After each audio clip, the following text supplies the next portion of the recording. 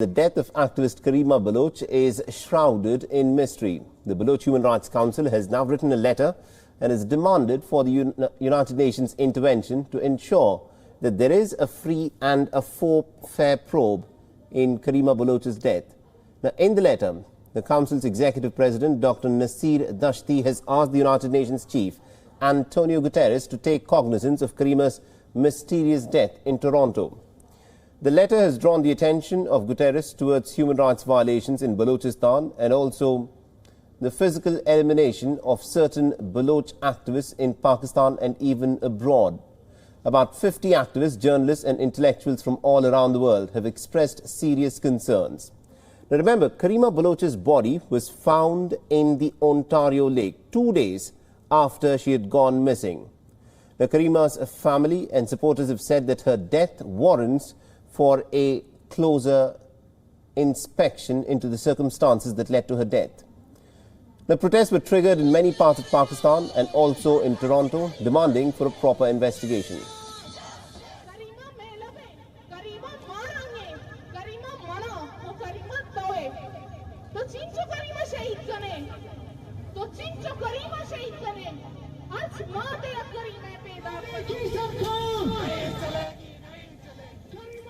The demonstrations were also held in Pakistan's Karachi and Quetta in solidarity with Karima Baloch. The protests also took place in Toronto, right outside the police headquarters, where quite a few supporters demanded a high-level investigation into the mysterious death. The family members, including Baloch's husband Hamal Haider, have said that the activist had been receiving anonymous threat calls and abusive messages on social media.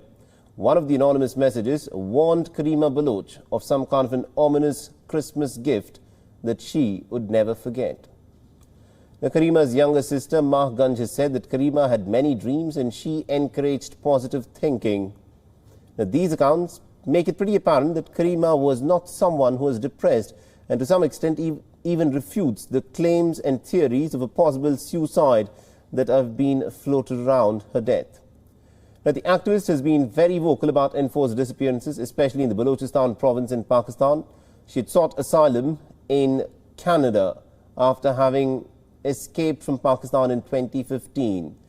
Now, she had called out Pakistan's army's oppression of the people in the Balochistan province.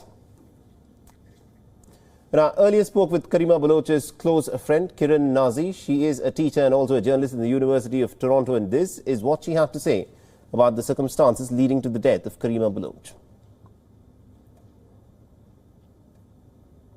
It kind of falls under a category that is very frequently in the same kind of method. Bodies are found, or people, young people who commit suicide. So I think they are mistakenly putting it into that category. The communication that I've had with the police right after the news came out, and the police the next day of her, when her body was found, from that day until now, the police is still saying that they're conducting a non-criminal investigation because they suspect this was a non-criminal case. I also do believe that it is quite possible that they're trying to investigate this further, but they are unable to communicate that publicly because of everything else that is going on with the COVID lockdown and the Christmas holidays, etc. That's why we're waiting for the Toronto police to release the autopsy, which they are not releasing yet, and they're taking a lot of time. So this is why the autopsy is very critical to this case, because we need to understand what was the state in which her body was. The family also is unaware, and police is not responding to the family as well, who are really frustrated at this point. Today, 26th of December, it's been a week. So yes, I think that is one of the critical details of this case, which we are waiting for the police to reveal. So she's not somebody who can just get stressed out and want to take her life like that. One more important point I would like to reveal on about this sentiment that exists that she may have taken her life.